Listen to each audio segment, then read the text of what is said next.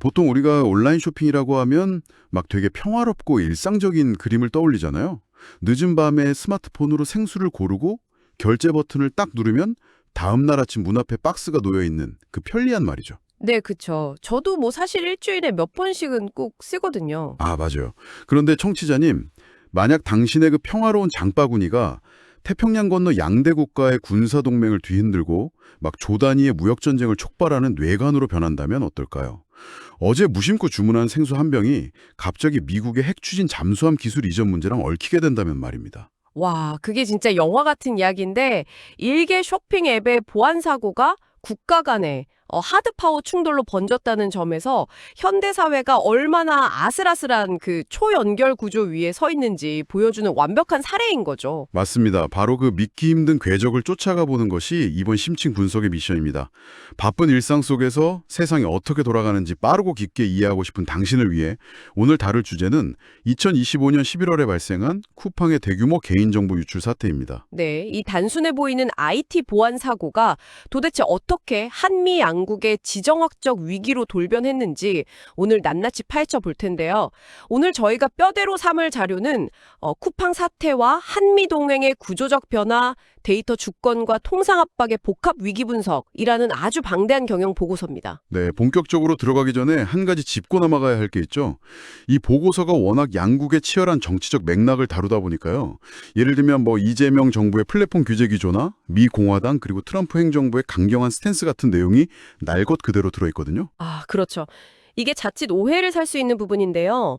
저희는 오늘 철저히 관찰자 시점에서 원문에 담긴 사실이랑 양측의 논리 구조만 중립적으로 뜯어볼 겁니다.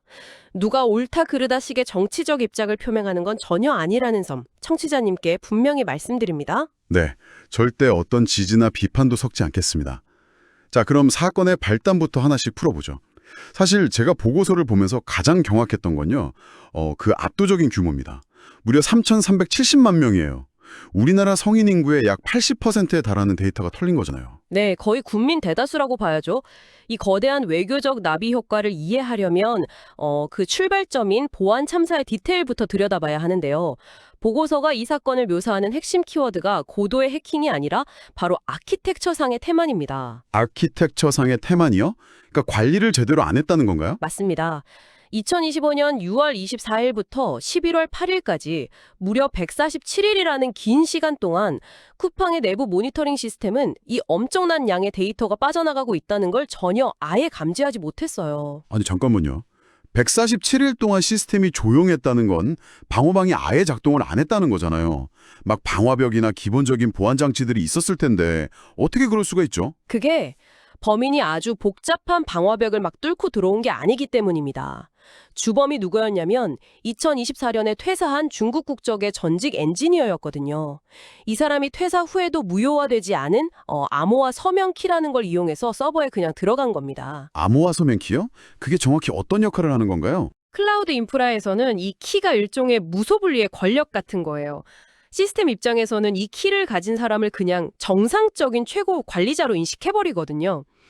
그러니까 아무리 많은 데이터를 빼내가도 비정상적인 해킹으로 안 보고 정상적인 업무 트래픽이구나 이렇게 넘겨버린 거죠. 세상에, 그러니까 퇴사한 직원한테 시스템 통제권이 그냥 그대로 남아 있었다는 거네요? 이거를 비유하자면 청취자님, 마치 전 직장 직원한테 우리 집 마스터키를 쥐어주고 그 사람이 퇴사했는데 무려 10년 동안 현관 자물쇠를 한 번도 안 바꾼 채 방치했다는 뜻 아닙니까? 와, 클라우드 보안의 본질을 정확히 꿰뚫는 비유네요. 진짜 딱 그겁니다.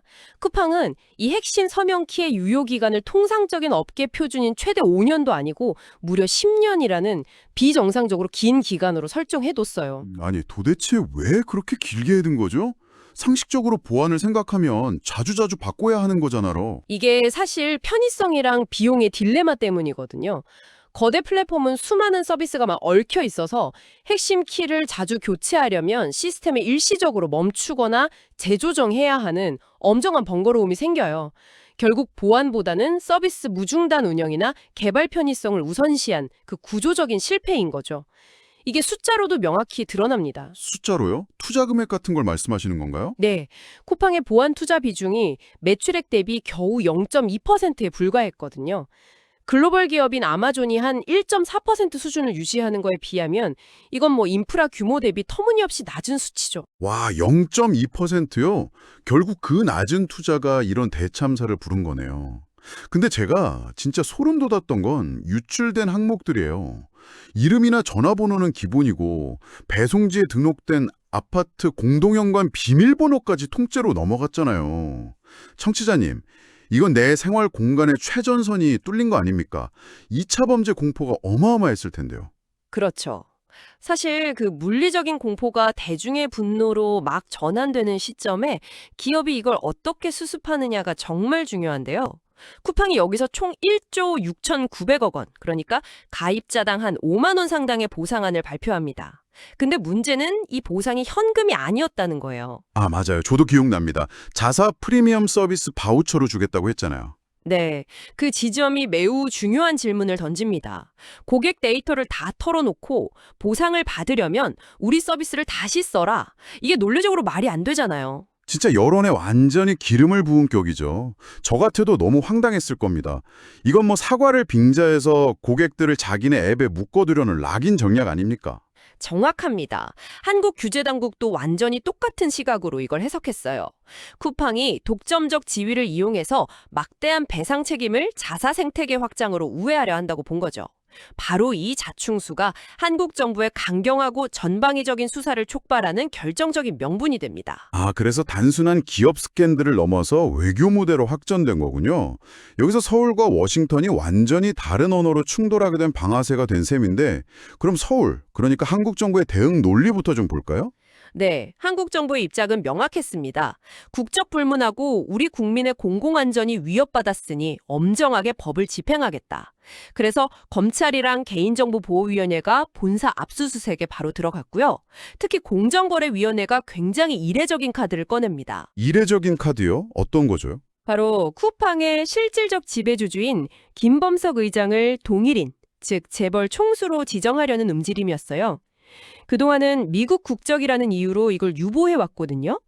근데 친인척의 고액급여를 받으면서 경영에 참여했다는 사실이 부각되니까 내국인 총수들이랑 똑같이 책임을 져야 한다는 논리가 힘을 얻은 거죠. 거기다가 이재명 정부가 추진하던 온라인 플랫폼 공정화법, 이른바 온풀법도 엄청 탄력을 받았댔네요. 네, 맞습니다. 거대 플랫폼 독과점을 통제하고 데이터 관리 책임을 강화하는 쪽으로 완전히 속도를 냈죠. 사실 청취자님 여기서 되게 흥미로운 점은요. 우리가 매일 물건을 사고 한국인의 생활 양식을 사실상 지배하는 쿠팡을 워싱턴은 이거 미국 혁신 기업이다 이러면서 보호하려고 한다는 거예요. 아니 장사는 한국에서 돈 다 벌면서 제재받을 때만 미국 기업이라고 봐달라는 게 이게 상식적으로 말이 되나요? 이걸 더 큰 그림이랑 연결해보면 진짜 복잡해집니다. 이 사태의 본질이 바로 기술의 국적과 데이터의 국적 사이의 괴리거든요. 법적으로 쿠팡은 미국 델라웨어주 법인이고 뉴욕 증시에 상장된 미국 기업이 맞아요. 그러니까 워싱턴의 논리는 철저하게 우리 상장 기업 보호하고 무역 장벽 철폐해라. 이거에 맞춰져 있는 거죠. 아, 그래서 미국 정치권이 막 난리가 났던 거군요. 네, 미 공화당 의원 54명이 주미 한국 대사한테 서한을 보냈어요. 이걸 동맹국에 대한 유례안면 상업적 공격이다. 이렇게 규정했고요. 심지어 미 하원 법사위는 7시간짜리 비공개 청문회까지 열어서 한국의 조사를 마녀사냥이라고 엄청나게 비난했습니다. 와, 7시간이요. 완전히 평행선이네요. 서울은 우리 국민의 공공안전을 지키는 정당한 주권 행사다 이러고 있고 워싱턴은 미국 기업을 겨냥한 부당한 무역 장벽이다 이렇게 맞서는 거잖아요. 똑같은 유출 사건을 두고 완전히 다른 프레임을 씌우고 있네요. 네, 근데 진짜 위기는 이 두 프레임의 충돌이 그냥 말싸움으로 끝나지 않는다는 데 있습니다. 양국의 마찰이 심해지니까 이제 글로벌 자본시장이랑 주변국들이 계산기를 두드리기 시작한 거예요. 남의 효과가 글로벌로 번지는 거군요. 일본 반응도 되게 흥미롭다면서요. 맞습니다. 일본은 2024년에 있었던 라인 사태의 거울로 이 상황을 보고 있어요. 과거에 일본이 네이버한테 라인 지분 매각하라고 압박했을 때 한국에서 데이터 민족주의라고 엄청 비판했잖아요. 근데 지금 한국이 보안을 이유로 미국 자본인 쿠팡을 때리고 있으니까 속으로는 이거 기회다 하면서 자국 플랫폼 점유율을 넓히려는 움직임을 보이는 거죠. 아, 겉으로는 비판하면서 속으로는 웃고 있는 거네요. 언론들 반응은 어떻습니까? 글로벌 경제지들도 엄청 차갑습니다. 월스트리트 저널은 한국이 데이터를 볼모로 인질극을 벌인다고 자극적으로 보도했고, 파이낸셜 타임스는 전통적인 안보 동맹이라온 테크 규제가 충돌했다고 분석했어요. 사우스차이나 모닝포스트는 이 틈을 타서 알리나 테무 같은 중국 기업들이 반사이익을 볼 거라고 경고했고요. 인질극이라는 표현까지 나왔군요. 근데 기사보다 더 무서운 게 실제 돈의 움직임이잖아요. 글로벌 자본은 불확실성을 제일 싫어하는데 투자자들은 어떻게 반응하고 있나요? 완전히 지정학적 리스크로 재평가하고 있습니다. 골드만삭스는 한국에 배정된 자본을 인도나 동남아로 돌리는 걸 검토 중이고요. 블랙록은 아예 신규 투자를 전면 보류했어요. 엑시오스 보도를 보면 토스 같은 한국 스타트업들의 나스닥 상장도 지연될 수 있다고 나옵니다. 세상에, 그러니까 청취자님 정리해보자면요. 전직 직원이 비밀번호를 훔쳤을 뿐인데 갑자기 한국 스타트업들의 자금줄이 마르고 글로벌 자본이 막 빠져나가고 있다는 거잖아요. 나비 효과가 엄청난데요. 근데 투자자들이 그냥 돈만 빼는 게 아니라 직접 법적으로 공격도 한다면서요. 네, 그린옥스나 얼티메터 같은 미국 대형 벤처 캐피탈들이 수십억 달러 규모의 ISDS, 즉 투자자 국가 분쟁 해결 소송을 걸겠다고 나섰습니다. 아니, ISDS면 국가가 부당한 정책을 해서 손해를 봤을 때 제소하는 거잖아요. 수천만 명 데이터를 유출한 기업한테 책임을 묻는 건데 국가를 상대로 조단의 소송을 건다는 게 명분이 있나요? 그들의 주장은 두 가지예요. 하나는 공정 및 평등 대우 의무 위반. 그러니까 한국 정부가 네이버, 카카오 같은 토종 기업한테는 안 그러면서 유독 미국 기업인 쿠팡한테만 가혹하게 징벌적 잣대를 댔다는 거고요. 또 하나는 간접 수용입니다. 막대한 과징금이나 총수 지정이 사실상 자신들의 자산 가치를 강제로 몰수하는 거나 다름없다는 논리죠. 와, 완전히 자국 기업 밀어주게 프레임이네요. 근데 의회랑 경제단체들은 한술 더 떠서 막 무역법 301조까지 꺼냈다면서요. 네, 악명 높은 슈퍼 301조죠. 한국산 자동차랑 반도체에 15에서 25%의 보복 관세를 매기겠다는 논의가 지금 워싱턴에서 진지하게 오가고 있습니다. 정말 기가 막히네요. 데이터 유출 수사 한 번 했다고 자동차랑 반도체 관세 25% 폭탄이 떨어진다니요. 근데 청취자님, 이게 끝이 아닙니다.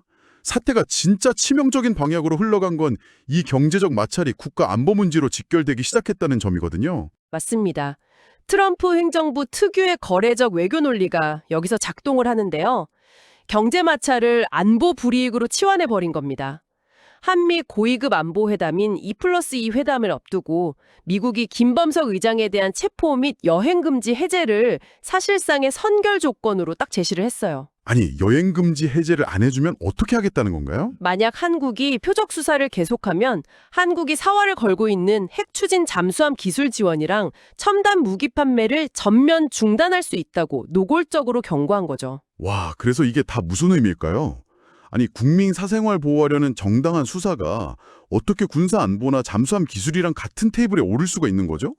도대체 미국의 속내가 뭡니까? 여기서 주목해야 할 매력적인 부분이 미국은 자국 빅테크를 단순한 기업으로 안 본다는 겁니다. 전 세계 데이터를 수집하는 이 플랫폼들이 사실상 미국의 국가 안보 인프라 연장선이라고 보는 거예요. 경제적 가치랑 안보적 가치가 분리되지 않는 시대인 거죠. 아, 그래서 동맹국인 한국이 미국 플랫폼을 흔드는 행위 자체를 자국의 정보 자살 위협으로 느낀다는 거군요. 맞아요. 그래서 이게 단순히 무기 판매 중단을 넘어서 파이브 아이즈 플러스 같은 최고위급 정보 공유 체계 편입이나 한미 사이버 안보, 심지어 반도체 공급망 협력에까지 장기적인 균열을 낼 수 있다는 경고가 나오는 겁니다. 경제 문제인 줄 알았는데 국방 안보의 심장까지 겨누게 됐네요. 상황이 이렇게까지 최고조에 달했는데 그럼 앞으로 어떤 일들이 벌어질까요? 한국은 어떤 선택을 해야 하는 건가요? 보고서는 크게 세 가지 시나리오를 예측하는데요. 시나리오 A는 40% 확률로 고위급에서 정치적으로 타협해서 과징금을 좀 줄이고 봉합하는 경우입니다. 시나리오 C는 10% 확률로 최악인데 진짜로 보복관세 때리고 안보동맹에 금이 가는 거고요. 그럼 나머지 50%, 제일 유력한 시나리오는 뭡니까? 가장 유력한 시나리오 B는 ISDS 소송이랑 통상 분쟁이 아주 지루한 장기전으로 빠져드는 수렁입니다. 아, 그렇게 되면 이재명 정부의 공정경제 프레임이랑 미국의 무역 장벽 프레임이 계속 평행선을 달릴 텐데 그럼 나중에 뭐 반도체 보조금 같은 이슈에서도 계속 갈등이 반복되지 않겠어요? 정확한 지적입니다. 그래서 이 보고서가 한국에 제안하는 전략적 해결책이 뭐냐면 바로 프레임의 전환입니다. 미국 기업 대 한국 정부라는 좁은 프레임에서 벗어나야 한다는 거죠. 그럼 어떻게 접근해야 글로벌 시장을 설득할 수 있죠? 글로벌 플랫폼의 책임, 대디지털 시민의 권리라는 보편적 기준으로 싸워야 합니다. 한국의 규제가 미국 기업 차별이 아니라 글로벌 스탠다드에 맞는 정당한 법 집행이라는 걸 전 세계에 입증해야 하는 거죠. 감성적인 민족주의에 빠지면 한국 생태계만 고립됩니다. 중요한 건 글로벌 자본이 신뢰할 수 있는 투명한 룰을 만드는 거거든요. 아, 국적의 렌즈를 빼고 보편적인 시민의 권리로 접근해라 이거군요. 청취자님, 오늘 우리가 다룬 이 복잡한 이야기들이요. 결코 워싱턴이나 여의도에서만 벌어지는 먼 나라 정치 이야기가 아닙니다. 바로 당신이 어제 주문한 쇼핑 내역, 당신이 매일 누르는 아파트 현관 비밀번호가 현대 지정학의 가장 뜨거운 전쟁터가 되었다는 뜻입니다. 네, 일상적인 데이터가 이윤 창출을 넘어서 국가 안보와 글로벌 통상의 미기가 되는 그런 초연결 시대의 현실을 직시해야 하는 거죠. 맞습니다. 그래서 오늘 이 딥다이브를 마무리하면서 청취자님 스스로 꼭 한번 고민해 보실 만한 도발적인 질문을 하나 던지고 싶습니다. 만약 데이터가 국가의 새로운 영토이고 기업의 국적이 그 영토의 규칙을 정하는 시대라면 과연 우리가 매일 사용하는 수많은 해외 플랫폼 위에서 우리의 디지털 삶을 진짜로 통치하는 자는 누구일까요? 우리의 권리를 지켜주려는 정부일까요? 아니면 바다 건너 타국에 있는 이사회일까요? 누가 진짜 디지털 영토의 주권자인가? 정말 묵직하고 비판적인 화두네요. 당신의 데이터가 불러올 수 있는 이 거대한 나비 효과를 한 번쯤 주변을 돌아보며 생각해 보시는 계기가 되길 바랍니다. 오늘 준비한 심층 분석은 여기까지입니다. 저희는 다음 시간에 또 세상의 이면을 꿰뚫는 흥미로운 이야기로 찾아오겠습니다. 끝까지 함께해 주신 당신께 깊은 감사를 전합니다. 감사합니다. 늘 당연하게 여겼던 일상 뒤편의 거대한 맥락을 발견하는 뜻깊은 하루 보내시길 바랍니다.